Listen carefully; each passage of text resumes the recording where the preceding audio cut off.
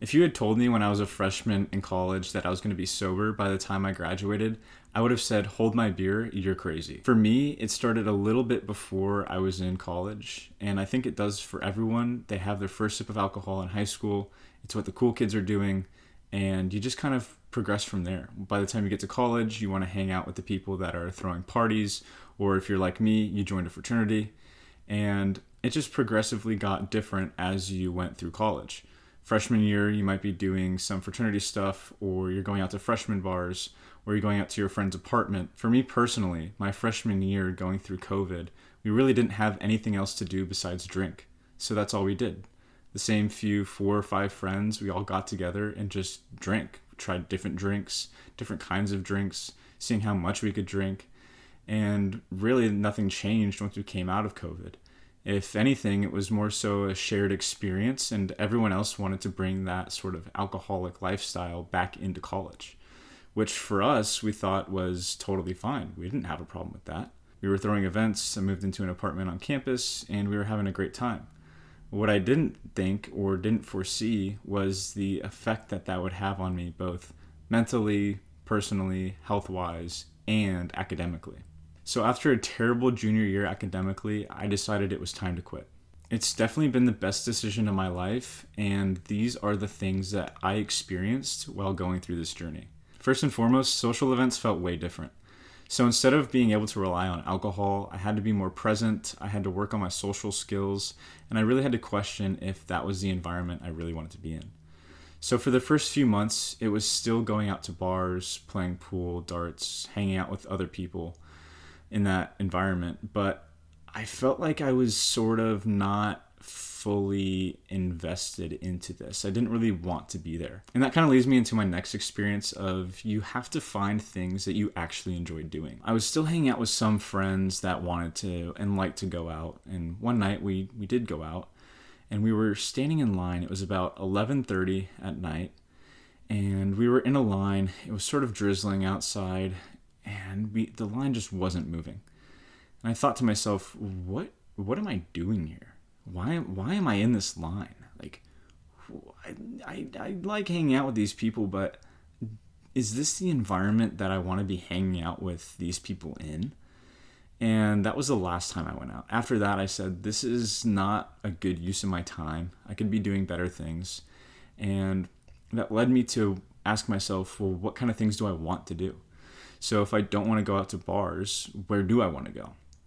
And that kind of led me to just trying different places. So whether that be going out on walks or going to the gym or going to coffee shops or trying different parks or museums or cities or traveling, it was just I didn't know what I actually wanted to do.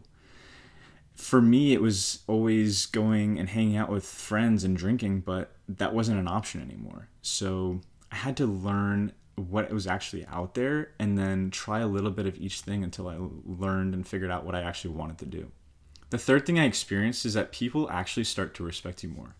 And when you can show a boundary or self-restraint, especially when it comes to a quick dopamine hit like alcohol or even TikTok or any of that stuff, if you can restrain yourself from doing that and set a boundary for yourself, people actually respect that you respect yourself. And it shows, and it comes through in your character, in your interactions with other people. They actually can tell that you have a little bit of respect for yourself. And being able to say no to things like going out is, I think, really important in developing almost who you are. And if you don't have these boundaries, then anything that you do, you're sort of letting other people dictate almost who you are or what they want you to be. And the fourth thing for me that I experienced is that I saved so much money. Now, obviously the alcohol and going to the bars and buying drinks is expensive, but that's not the only expense that happens from drinking. So what most people don't realize is the next day when you are hungover and you don't want to go anywhere and you're door dashing food. Or that night when you're having to buy the Uber there and then no one pays you back. Or you're out and you need nicotine, so now you're paying $20 at the vape dispenser in the bar. All of these things are in some way related to alcohol. And from other people I've talked to that have also cut back or completely removed alcohol from their life, they've said the exact same thing. It's not necessarily the alcohol itself, even though that is a big expense. It's also the adjacent things to the alcohol. Number 5, and a little bit of a deeper thing, is that I learned to keep a commitment. And that commitment was to myself. And that commitment was me saying, hey, you promised to not drink, and you have to live that every single day. So if you tell yourself you're going to do something, you actually have to follow through on it. At the end of the day, nobody cares if you're drinking or not, but you have to live with your decision. So even now, after being 2.5 years sober, if I think, man, I could have a drink right now, and I go and have that drink, it doesn't matter to anyone else. Even if it's one drink, it doesn't matter to anyone else. But for me, telling myself that I was going to be sober and then I go have a drink, I lose that commitment I made to myself. And so you have to learn to respect yourself a little bit and stay committed to who you are and who you want to be. And sort of think about what would future you want you to do now. And number 6, this comes back to a point I made earlier about the environment that you're in. This also applies to your friends. So if you're friends with people that made it easy to be in this kind of environment, in the bars or parties or clubs, then you may want to question who you're being friends with. And hopefully you have the kind of friends that will want to grow with you. But most often people have the friends that will ask them or tell them, dude, what are you, too cool for us? You don't want to drink anymore? Like, who do you think you are?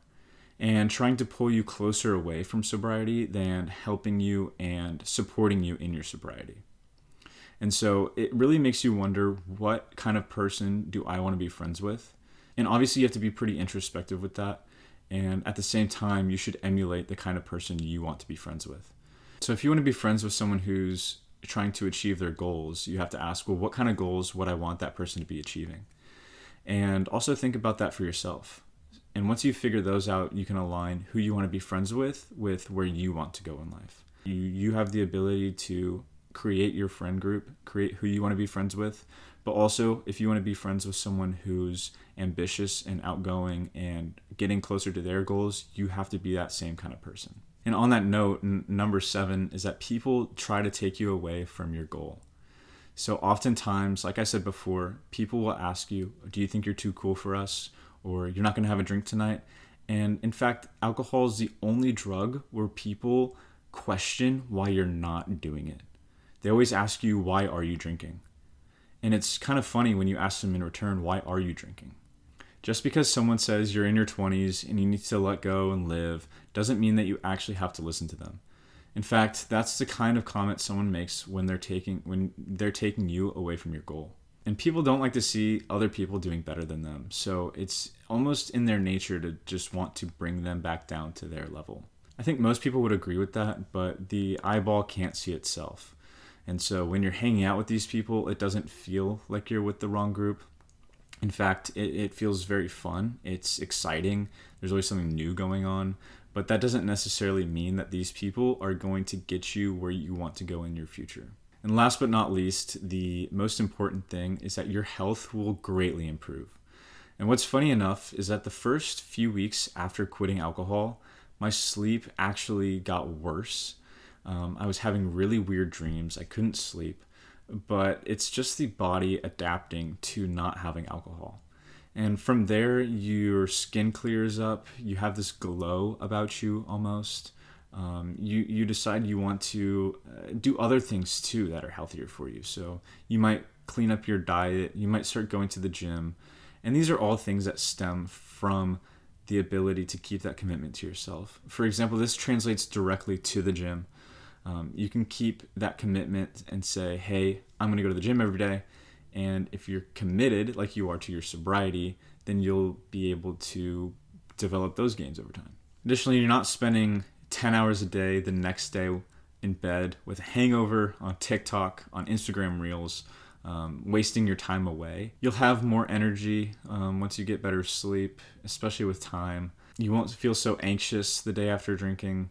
And all of these health benefits are so important when you're trying to get closer to where you want to be, because you need the energy to put the effort into the work that you're doing. And if you want to see the results that you want for yourself, whatever that may be in finance, career, relationships, friendships, you have to be willing to put in some sort of work and be self-reflective in some way. So that's my journey with alcohol, my experience, the benefits I've experienced, And quitting in college seems weird. It's the thing to do. But after you do it, you gain so much clarity on what needs to be done. And you really understand that there's other things out there besides alcohol, things that you actually want to do. And it's up to you to go find those things. And when you're in college, you don't really have any other responsibilities. The worst thing you could do is be 30 and have that epiphany, or 35 or even older, and have that epiphany of, I don't know what I want to do. I've just been told, or I've just been so used to drinking and going out and doing these things that don't really matter. They have short-term enjoyment, but long-term are not good for you. Hopefully this helps someone who's in college or someone who's on the fence about quitting or not quitting. But at the end of the day, that's been my experience. So make sure to subscribe, like the video, and send this to someone who you think might need to hear it.